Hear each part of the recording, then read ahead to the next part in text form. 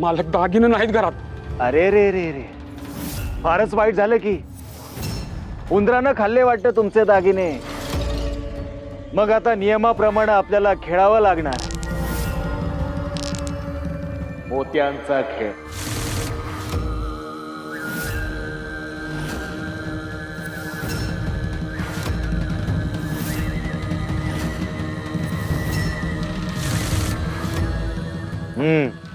सगळं नीती आणि नियमानच चाललंय. मधी बोलायची काही गरज नाहीये.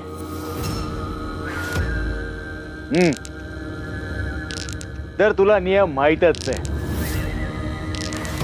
पांढरा मोती काढलास तर तुझी यातून सुटका,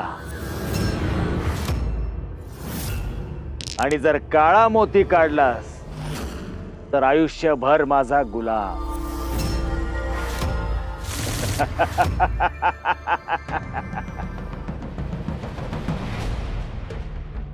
जनक बाबा, हो जनक बाबा. दादा भाऊ, काय झालं? एवढे घाबरे घुबरे का झाले? जनक बाबा, अहो लई मोठा घात झालाय. अहो तो राक्षस पुण्यात आलाय गावात. कोण? तोच मदराज.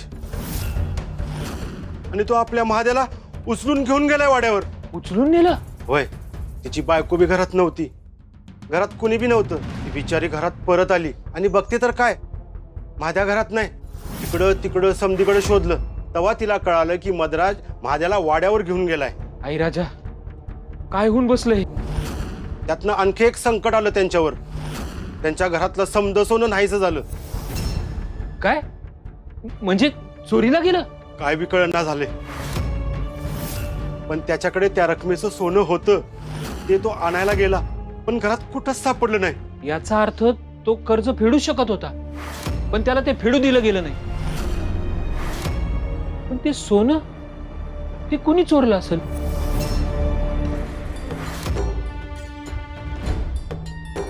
हवं हार कसा आहे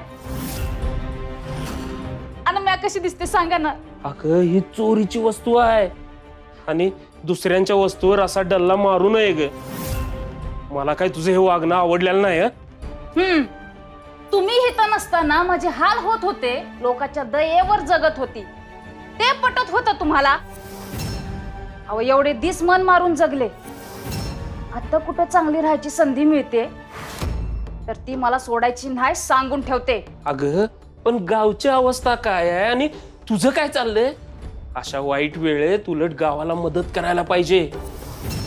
तो मदराज त्यांच्याशी कसा वागल हे माहिती आहे मला. आपण गावाला मदत करूया. गावातल्या लोकांना सावध करायला पाहिजे आपण. त्यातच आपलं पण भलं आहे. आपलं भलं कशात हाय सांगू? अहो जरा विचार करा. आपण असंच त्या मदराजाच्या मर्जीत राहिलो मग तो आपल्याला लई धन दौलत देईल. आपलं झोपडं पाडून मोठाला वाडा बांधू. अहो दारामध्ये गुरढोरं असतील. मोठाली शेती असल, त्यात कडधान्य पिकल. घर समद सोन्यानं भरलेलं असल. पैसा कुठं ठेव हा प्रश्न पडेल आपल्याला.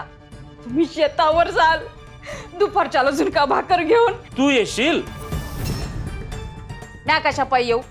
म्या गडी माणसाला पाठवल. मी घरामध्ये बसून सूचना देणार आहे बघा. ए तू उठ. ऐ स्वयंपाक पाण्याचं बघ. ए बया तू काय पाय बसून बसली ग? जा काम कर. अशी सूचना करणार आहे. हळूहळू सगळी माणसं निघून जातील आणि तू एकटीच राहशील. म्या बी जवळ नसेन तुझ्या. कसं अभद्र बोलायला सुचतं तुम्हाला? तसं काय बी होणार नाही. मी सांगते तसं राहिलो की आपण आयुष्यभर श्रीमंतीत लोळू बघा. मी सांगते तसं करा. उगा सारखं सारखं तेच बोलू नका.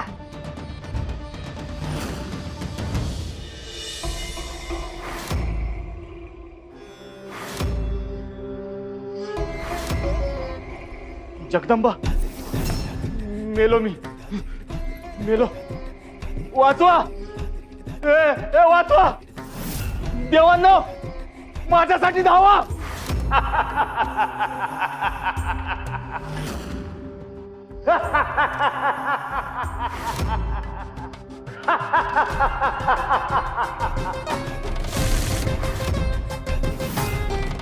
तुला काय वाटलं घाबरलो मी?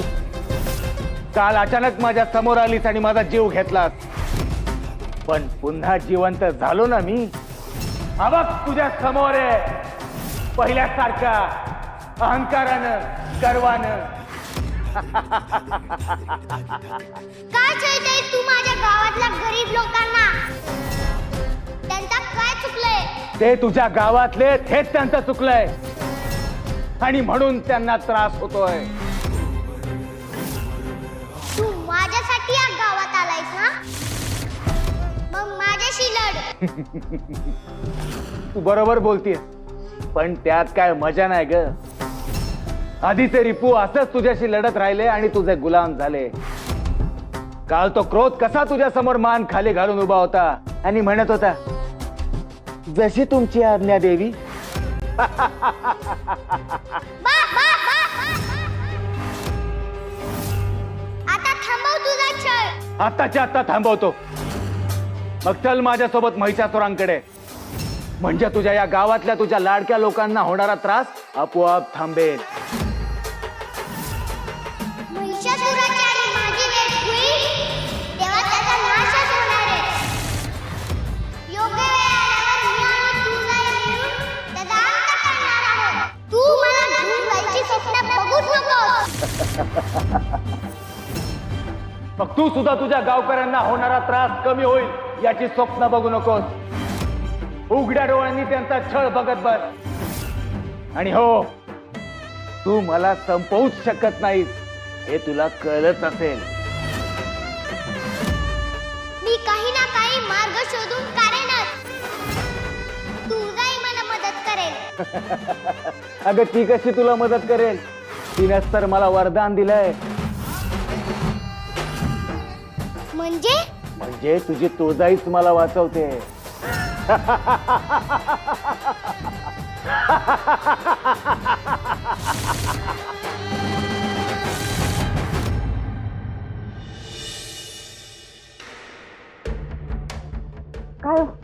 काय झालं? झालं का बोलणं? महादेवची बायको लईच खचून गेली ग. तिला घरी आल्यावर समज कळ. तर काय बोलणार? देवी आईच्या 4 कथा ऐकवल्या तिला, तेव्हा जरा मन रमलं तिचं. बरं केलं तुम्ही. अशा येळी काय बोलावं कळतच नाही. आपल्या गावातली माणसं आपल्या पाठीशी आहेत एवढं जरी कळलं ना तरी जीवात जीव येतो माणसाच्या. आपल्या हातात तरी काय आहे दुसरं? म्हणून देवी आई सांगत असती, आपल्याला असुरांशी लढावं लागलच. शक्ती कमी पडली तर ती धावून येईल मदतीला, पण ती अशीच काय येईल? आपलं काही कर्तव्य आहे का नाही? आपण हिमतीनं पावलं उचलली तर ती शक्ती द्यायला येईल. हे खरं आहे, पण तुम्ही माझ्या लेकीच्या बाबतीत बोलत असाल तर ते मला पटायचं नाही. तिला इथं ठेवायचं नाही हे माझं आधीच ठरलं आहे. ती तुमच्या भावाकडे जाणार म्हणजे जाणारच. मला काही कळलं नाही देवी.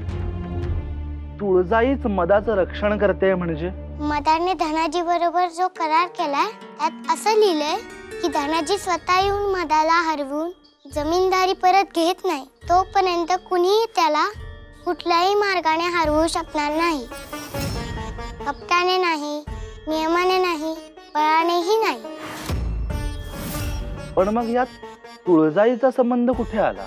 हा करार धनाजीनं तुळजाईच्या नावानं केलाय. तिच्या नावानं हे वचन त्यानं दिलंय. असं आहे होय. आत्ता आलं लक्षात. एखादा खरा भक्त देवाच्या नावाने शब्द देतो तेव्हा त्या शब्दाची ताकद देवालाही मान्य करावी लागते. जसं की महादेवांच्या नावाने मी दिलेल्या शब्दाचं दायित्व प्रत्यक्ष महादेवांवरही येतं. म्हणूनच मी त्याच्याशी लढून त्याचा अंत करू शकत नाही. जोपर्यंत धनाजी आपल्याला सापडत नाही तोपर्यंत आपण मदाला हरवू शकत नाही, असंच ना? हो. पण धनाजी आहे कुठे? मला नाही माहित. मत तर स्पष्टच म्हणाला की तो अशा कुठल्या तरी ठिकाणी आहे जिथून तुम्ही त्याला शोधून काढू शकत नाही आणि तोही तुमच्या बरोबर येऊ शकत नाही. अरे देवा, मग आता त्याला कसं शोधायचं? तेच तर कळत नाहीये. चला, मला निघायला हवं. संध्याकाळ झाली. आई घरी वाट बघत असेल. हो, तुम्ही निघा. तुम्ही देवीचा अंश जरी असलात तरी सध्या एका आईची छोटी लेक आहात. ह्या धनाजीला कसं शोधायचं याचा मी विचार करतो आणि काही सुचलं तर तात्काळ तुम्हाला सांगतो.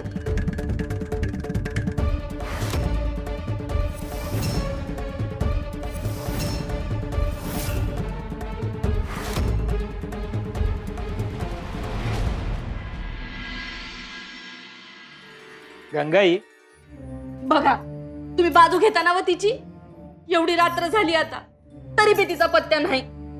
अगं ती हिथच कुठतरी काय. काही सांगू नका. खेळायला जरी गेली असेल तरी बी एवढा येळ कुणी घराच्या बाहेर राहतं वय. अगं तसं नाही, पण तू काहीतरी काम सांग. काय बी काम सांगितलं नव्हतं म्या.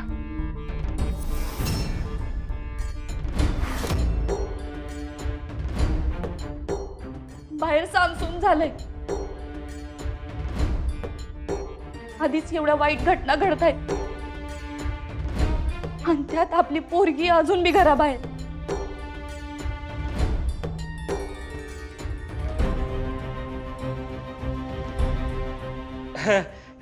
अगं घरातच होती कुठेतरी ती. माझं बी लक्ष नाही. तू तिकडे बघत होती ना, तेव्हा तिकडे होती.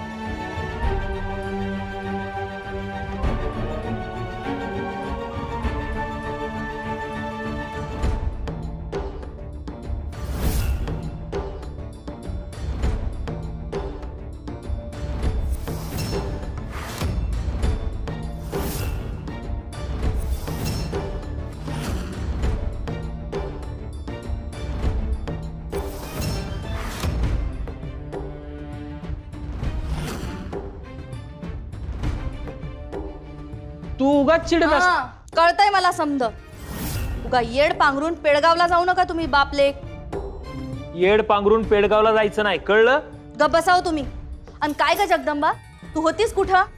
आणि ही काय येळ आहे घरी यायची?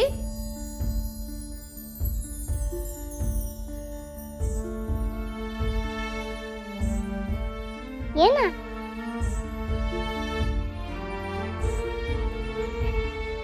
काय माझी गोंडुली गाई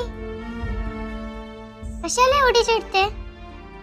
मी इथेच होते. काही सांगू नगस. इथं जीवाला घोर लागतो माझ्या. गावातल्या कोणाला कधी उचलून नेतील याचा नेम नाही.